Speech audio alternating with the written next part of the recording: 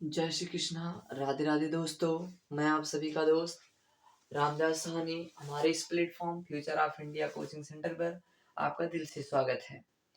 चलिए, हम आपके लिए लेकर आए हैं मैथ का न्यू सेशन। जो पिछली बार पिछले क्लास में हमको मैथ की स्टार्टिंग कर दिए थे। मैथ्स में हम पहला आपको बताते थे आरोही क्रम, संख्या रेखा। देखिए, मैं आपको बताया हूँ कि मैं केवल अभी छोटी छोटी कड़ियों को स्टार्ट कर रहा हूँ। उसके बाद हम हाई लेवल में लेते हुए चले जाएंगे। आपको देखिए, छोटे छोटे एग्जाम्पल के साथ छोटी छोटी कड़ियों को पहले पूर्ण रूप से। अरे भाई, कोई पेड़ है, जब उसकी जड़ मजबूत होगी तभी तो पेड़ कुछ टाइम तक रुका रहेगा।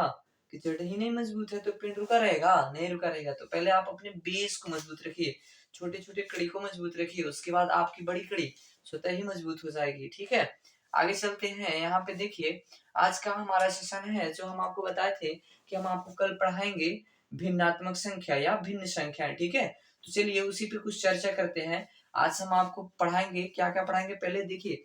कोई भी चीज आप लोग किताब के बारे में पढ़ रहे हैं, कोई भी किताब, कोई भी सब्जेक्ट पढ़ रहे हैं, फिजिक्स पढ़ रहे हैं, केमिस्ट्री पढ़ रहे हैं, मैथ पढ़ रहे हैं, कुछ भी पढ़ रहे हैं, तो पहले आप चैप्टर के बारे में, कोई भी आपका लेसन है, लेसन के बारे में पहले दिमाग में ऑब्जर्वेशन कर लिया कीजिए कि हमको क्या पढ़ना है। ठीक है, ये जैसे कि आपके किसी में भी पौधों में प्रजनन, हाँ, आपके रिप्रोडक्शन ऑफ प्लांट आदि आपको पढ़ना है, उसमें विज्ञान में उसे पढ़ना है, तो पहले आप उस अध्याय के बारे में समझ लीजिए कि पौधों में प्रजनन के बारे में हमको पढ़ना है, तो इसमें क्या क्या होगा।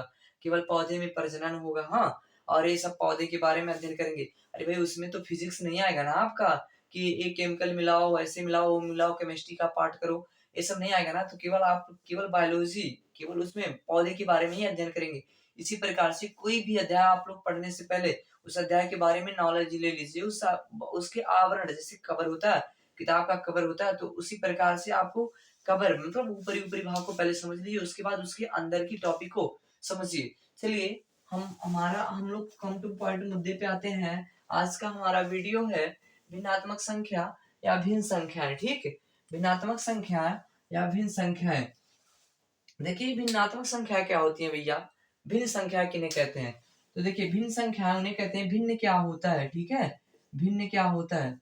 भिन्न उन्हें कहते हैं जिन्हें अंश बटे हर के रूप में लिखा जा सके। हाँ, जिन्हें जिन्हें अंश बटे हर के रूप में लिखा जा सके, उन्हें भिन्नात्मक संख्या कहते हैं। हाँ, या उन्हें भिन्न कहते हैं। एक प्रकार से आप इसे भी बोल सकते हैं, भिन्न जिन्हें अंश बटे हर के रूप में लिखा जा सके उन्हें हम भिन्न कहते हैं। और दूसरे प्रकार से आप और बोल सकते हैं, दूसरे भी से इधर से भी आप बोल सकते हैं, भिन्न जिन्हें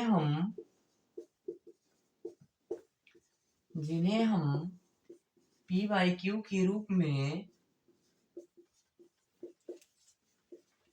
लिख सके,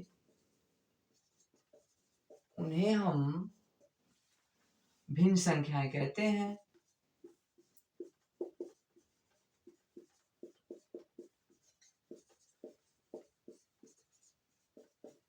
जिन्हें हम पी बाई क्यू के रूप में लिख सके उन्हें हम भिन्न संख्या कहते हैं। ठीक, जहां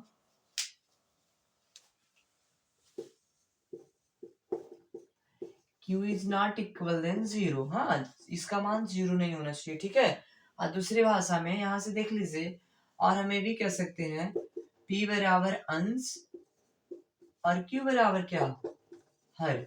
देखिए, इसमें कोई डिफरेंट नहीं है, केवल इसे समझाने के लिए यहाँ पे देखिए, q पी बाई क्यू ऐसे सब कहते हैं जिन्हें वो संख्या जिन्हें हम पी बाई क्यू के रूप में व्यक्त कर सके उन्हें हम लोग भिन्न कहते हैं। लेकिन ये पता नहीं होता p किसे कहते हैं और q किसे कहते हैं, तो दिमाग में रहना चाहिए। आपका मुख्य उद्देश्य यहाँ से कहता है वह संख्याएं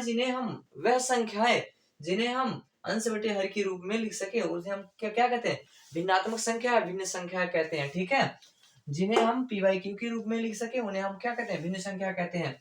यहाँ पे देख लीजिए, जहाँ Q is not equal to then 0, P बराबर अंश हो गया आपका, क्यू बराबर हर हो गया। और यहाँ से दूसरे रूप में आप लोग देख लीजिए इसका एग्जाम्पल जैसे 9/8, 4/3, 6/5, 3/1, कुछ भी हो, 0 ना हो भैया।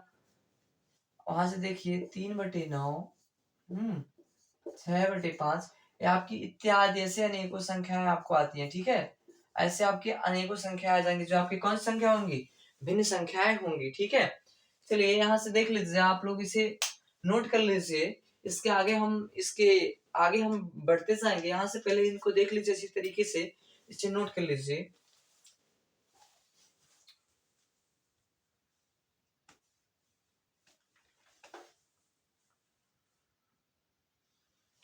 चलिए अब आगे बढ़ते हैं।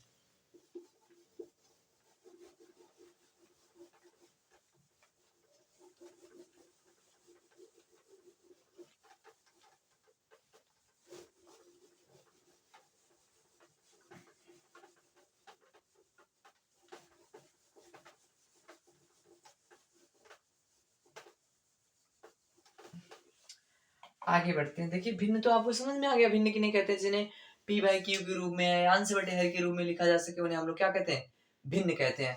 अब आगे चलिए, यहाँ से देखिए भिन्न, जैसे कि कुछ प्रकार के पहले नॉर्मल वाले भिन्न समान मतलब समझा देते हैं, उसके बाद हम भिन्न के पूरे प्रकार समझा देंगे। ठीक है, पहले देखिए, एक आता है, आपका आता है वृक्ष गुण, इसे कहते हैं वृक्ष गुणा। ठीक, इसे किस प्रकार से भैया, एक वज्रबाण की तरह ऐसे ही बता रहा ना वज्र गुण, तो इसे इसका ए भी होता है वज्र गुणन। तो आपके यहाँ पे देखिए भिन्न, जैसे कि आपका दिया है 4/9, ठीक, और और 9/4, कुछ दिख रहा है। ठीक, तो ये कह रहा है इनके बीचों में गुणा, और का मतलब गुणा ही आपका होता है, 4/9 गुणे 9/4। ये आपको कट भी सकते हैं, लेकिन हालांकि यहाँ से भी देख लीजिए, इसी को ऐसे कर दीजिए, अभी देखिए 0 आ जाएगा, 0 नहीं आएगा, इसका मतलब तिर्यक गुणा करना है आपको। ठीक है, तिर्यक गुणा करना है, 4×4 = 16, ठीक, और उसके बाद 9×9 = 81। ठीक, इस प्रकार से आपका हो गया आंसर। ठीक है, और दूसरे रूप में देख लीजिए, 16